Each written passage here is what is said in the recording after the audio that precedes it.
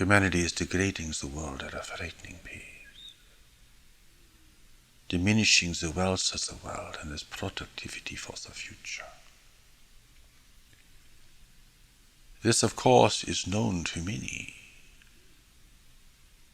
though humanity as a whole and the governments of the world still remain heedless. The needs of the moment overtake the preparation for the future.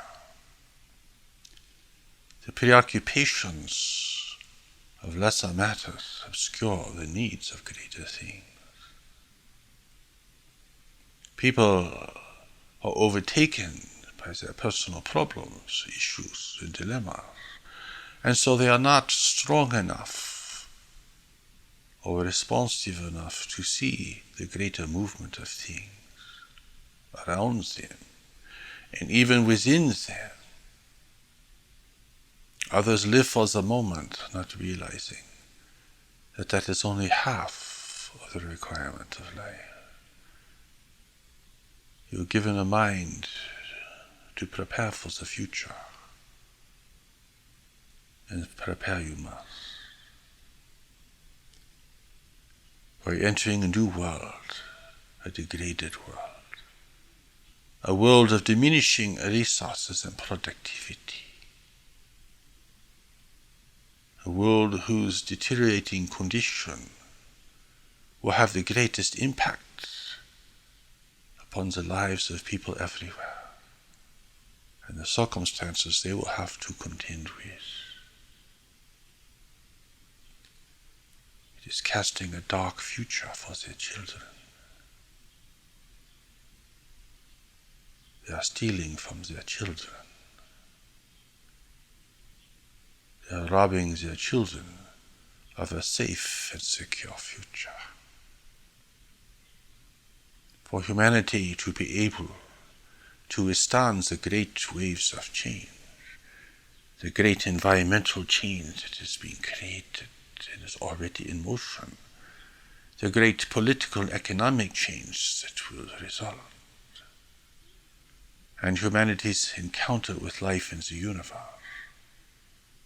an encounter that is far more complex and dangerous than people yet realize.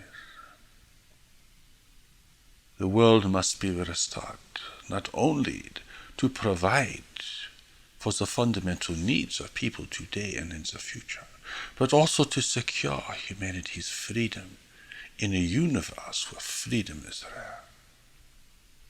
For you must be self-sufficient in this universe, or you will become dependent upon others, and they, more than you, will determine the terms of engagement and your ability to create and to determine your own future.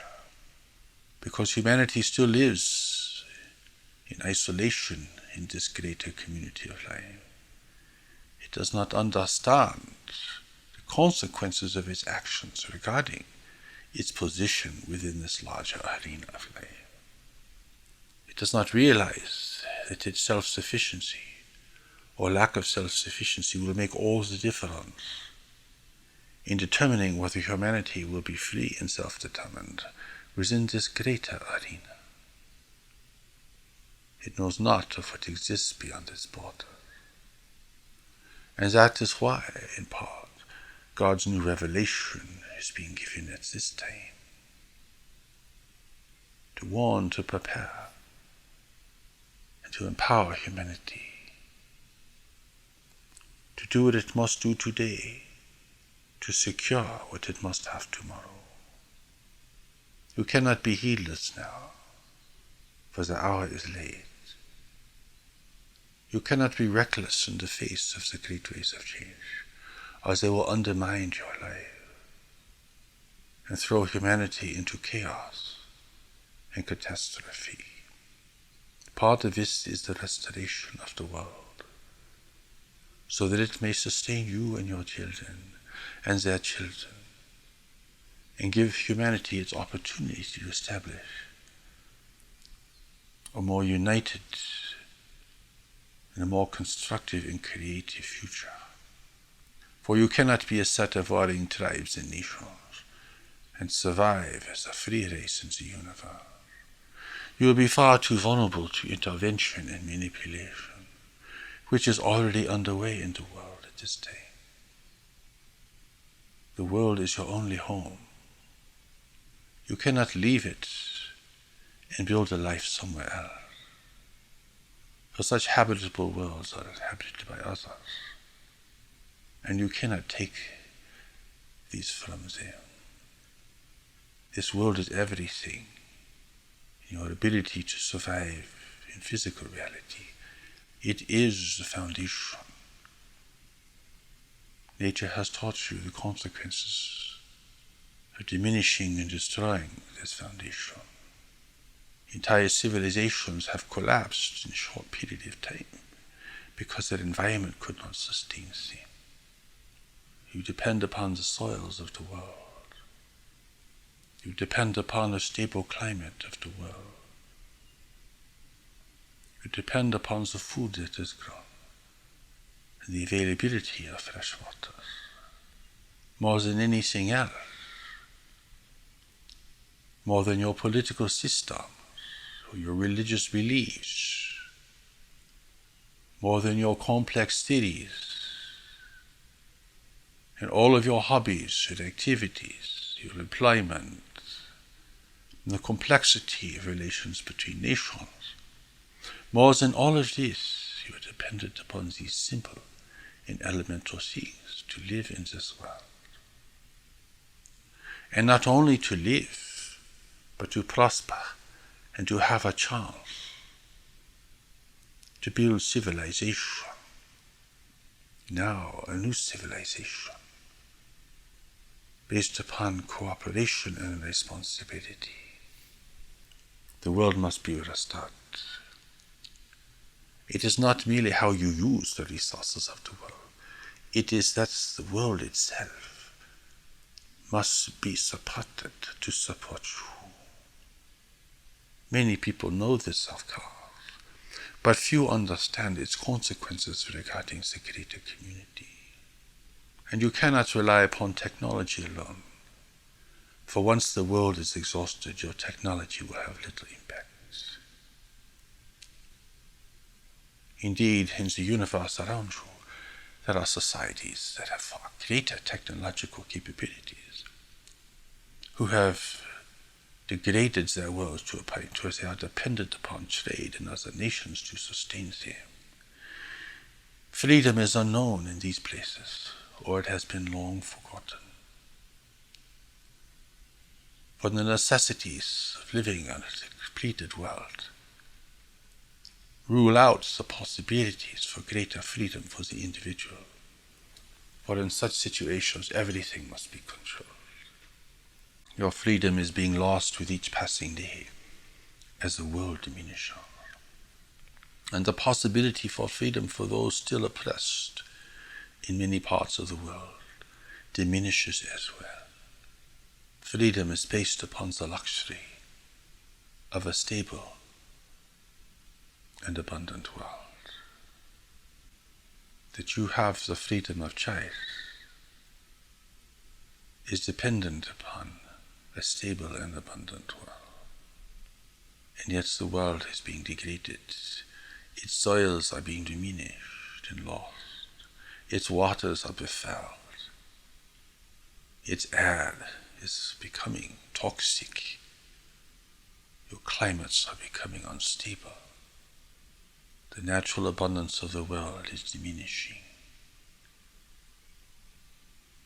The diversity of life is being reduced. God will not save you if you destroy the abundance of this world. A Redeemer will not come to restore the world that has been diminished and degraded. You lay yourself open to intervention, cunning manipulation by those who would seek to lead you into their networks of trade and commerce and domination. For in the real universe, you must be united. You must be self-sufficient and you must be very discreet. For freedom is rare, and you must coexist with powerful nations where freedom has been denied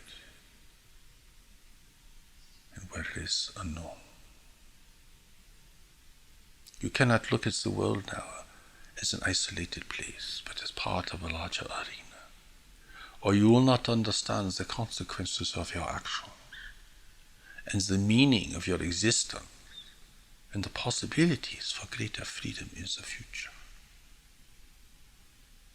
This world is prized by others for its natural wealth, for its abundance, for its diversity, for its natural resources. Already intervention is underway because humanity is destroying the wealth of the world, as if you had no future, as if tomorrow was unimportant, devouring the world as quickly as possible, using its resources as quickly as possible, with no thought of tomorrow, or what the future will bring or require. What can God do for such a race? But provides the revelation that is being provided now. To restore the world, you have to restore its diversity and protect its diversity that is remaining.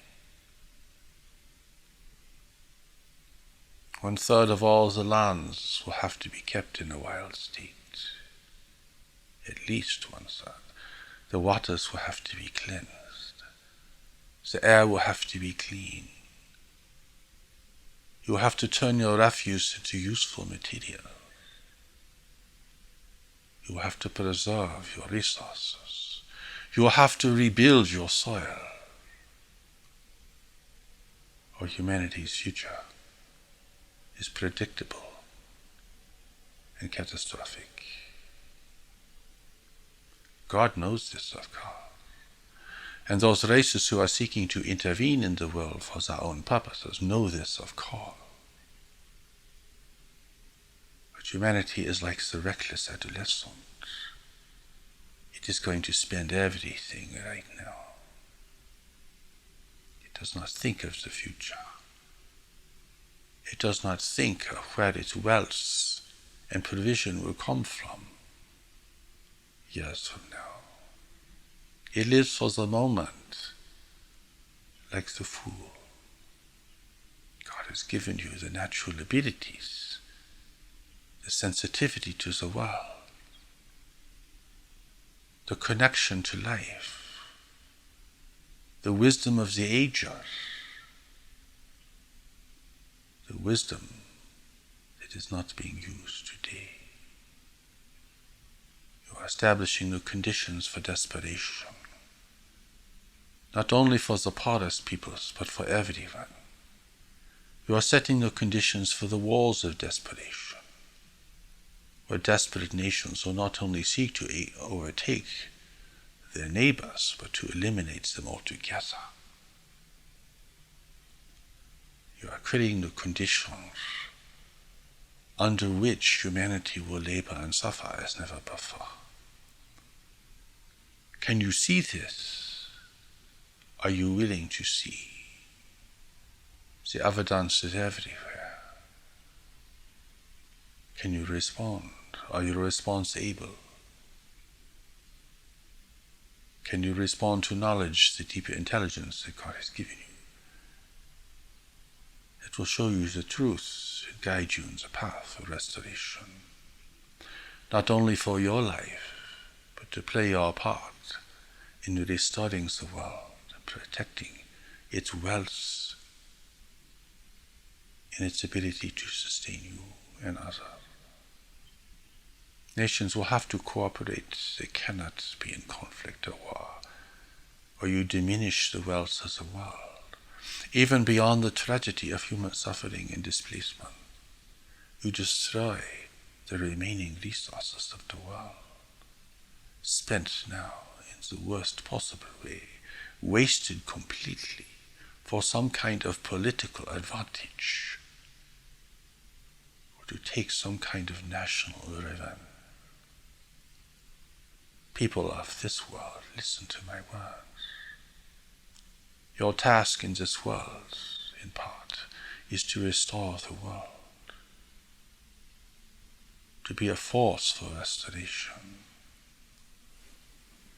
This is part of whatever your individual purpose and calling will be. If your population is to grow, then the world must be restored and protected, or the inevitable will happen. And the inevitable is at your doorstep, and in many places in the world, it is the present reality. How will you feed the world of growing and desperate people if you yourself cannot produce a surplus? If there is no surplus, how will you keep the nation stable and cooperative if they cannot feed and provide for their own people? Surely war will follow. A war you cannot control or prevent. Today entire nations are dependent upon the surplus of others. When there is no surplus, what will happen then? Peoples of the world, this is your time in reality. If you are to prevent war and the breakdown of human civilization, you must build and restore the world, the ground beneath your feet, the clarity of your waters, the clarity of your air, the richness of your soil. You will not have the resources in the future to do this synthetically.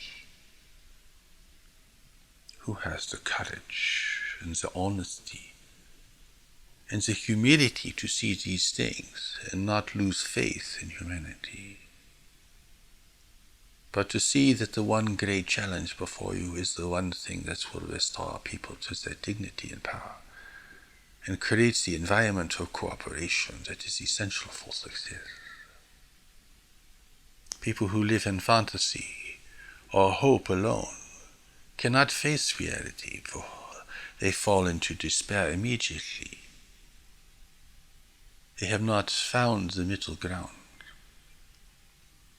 of clarity, compassion, and determination. They go from hope and expectation to utter despair in a moment, because they have no strength to face the declining world around them. They cannot see, they do not know, they will not respond, even though the signs are being given to them. What can God do for you if you will not respond? If you will not be wise, if you will not be honest, if you will not build your strength to face a more challenging and difficult future, what can God do for you? Do you think if Jesus came, it would make a difference? Jesus would be destroyed, and the world would be brought closer to war. Who can see these things? They are the product of honest recognition, but who can see these things? Today the messenger is in the world, bringing the one great revelation that can restore and save humanity, and prepare humanity for the great challenge of emerging into a greater community of life in the universe. Brings with him a revelation more complete and extensive than anything that has ever been provided to the human family. And yet he will be denied, humiliated, decried, avoided. People do not want to hear that they must work harder. They must be more responsible. They must become self-disciplined. They must become honest. They only want rewards from the Creator. They want the miracles,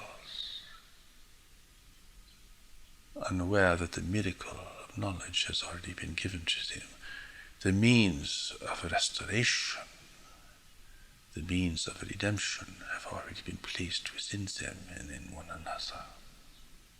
The separation from God was cured the moment it was created. But who can see the cure? Part of your restoration is the restoration of the world. You must see this, or you will not realize that you can do nothing and achieve nothing great if your environment fails you. There is no freedom. There is no creativity. There is no redemption. There is no union. There is no peace. There is no stability if your environment fails you. Look to the soils with gratitude, responsibility, and concern. Consider the waters and the air, the fertility of the land, the health of nature. Already the climates of the world are changing, accelerated now, because the environment has been used as a dump for refuse. The waters are unclean. The oceans are littered. Life is perishing around you. What can you do, you say? You play your part. You follow knowledge. You respond to the revelation which will give you this strength. You become a force for good instead of one who is withdrawn and depressed, unable to communicate and to contribute to the world around you. Brought out of the shadow into life, into the challenge of this time for which you were sent, and for which you were prepared by those who sent you into the world, to serve the world under these conditions. Do not look upon life as a great tragedy, but as your great opportunity to serve. For this is your restoration as well. Without this service, there is no restoration for you. Therefore, you must know what you are serving and why you are serving it. This is a matter for knowledge within you to establish for you your conscience, the conscience that God has created within you. It is part of this greater knowledge and intelligence. Do not worry that others are not responding. You must respond and be inspired by others who are doing so as well. The beneficence of heaven will shine upon you as you turn this corner in your life, and you will see that the revelation is the great gift of love and compassion, and you will see that knowledge within you is the greatest gift that the Creator could have given you, a gift to protect you, to guide you, and to lead you to a greater life. Your attitude will change. Your despair will fall away.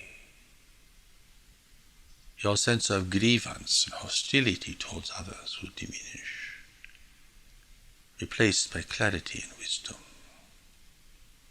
You are not here to get things from the world beyond your basic provisions, but to serve the world as you were designed to do in a unique and special way. You cannot escape this now or avoid it or neglect it because the world is declining.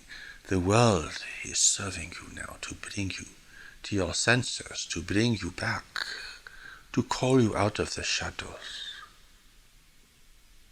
and the darkness of separation. The crisis of the world is your calling. You cannot call yourself. God is calling you to serve the world, not only to take care of yourself and your loved ones, but to contribute to the conditions of humanity. And this includes a restoration of the world. Do not become lost in political controversy. Do not become lost in the theories of social order. Do not become lost in the mean and heartless dynamics of politics. You must see your relationship with the world more fundamentally, and have this guide your views, your ideas, and your beliefs. The world is imperiled. Humanity stands at the brink. You are already at the threshold of the greater community. There's no time left for fantasy and distraction, for hopeless self-pursuits, for enriching yourself or securing your own position beyond a certain point. The gravity of the situation will serve you if you can respond.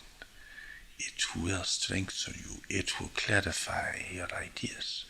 It will re-establish your priorities in harmony with reality itself. But if you cannot respond, the world will become more frightening. You will withdraw further. Your grievances will deepen.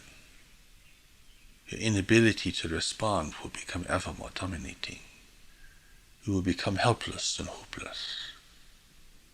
Part of the problem and not part of the solution. Your anger will rise as your governments fail to respond and are incapable of dealing with the gravity and the scope of the situation. You will live a life of terrible fear and trepidation, grievance and hostility. Your wealth will not protect you. Your hobbies will disappear. Your life will become terrifying instead of redeeming as it was meant to be. In the face of adversity, you find yourself, or you lose yourself. You adapt and rise to the occasion, or you succumb to the occasion. The choices become clear and simple now. They are not complex.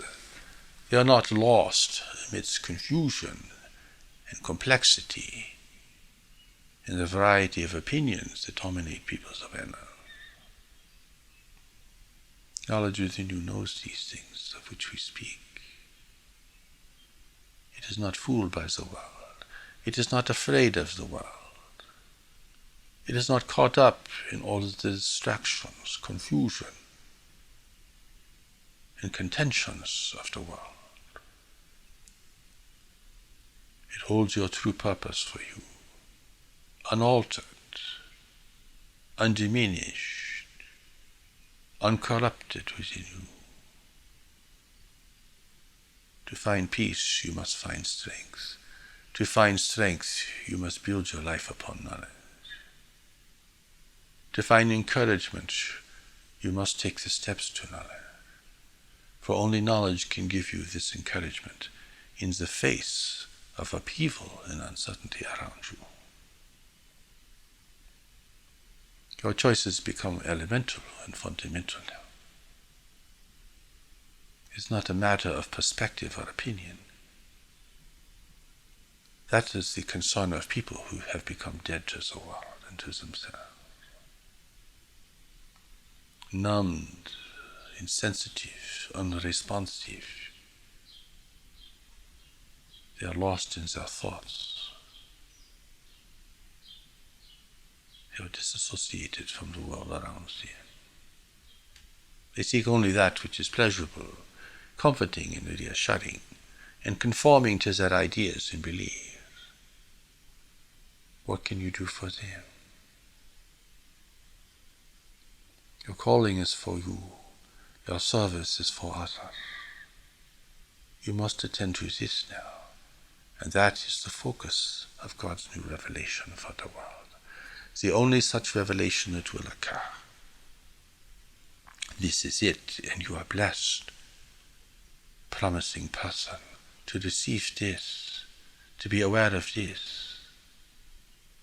In this moment you do not yet realize what a great blessing this is for you. You who have this one great chance to restore your life to regain your strength, to build your capabilities, and to prepare for a future that will be unlike the past. People of the world, hear our words. We speak to everyone, not to one nation or one group, not just to the rich and the indulgent, but to the impoverished and the oppressed, and even to those who oppress them. We speak for the people of today and the people of tomorrow. For we are the present and the future. You hear with the deeper hearing within you. You see with the deeper vision. For God has given you the eyes to see and the ears to hear. But you do not use them. You do not know of them. You are lost in your fears and your desires. Your mind goes from complacency to panic in a moment because it has not established the middle ground where you can deal with great power and strength with both the tragedy and the beauty of the world around you. You can hold together within yourself the realities of heaven and the requirements of life on earth. You become the veil between your ancient home and the world you have come to serve. Your mind becomes the tip of the point of a great vessel of contribution, unfettered now by all that seems to overtake and overwhelm others. All that your heart desires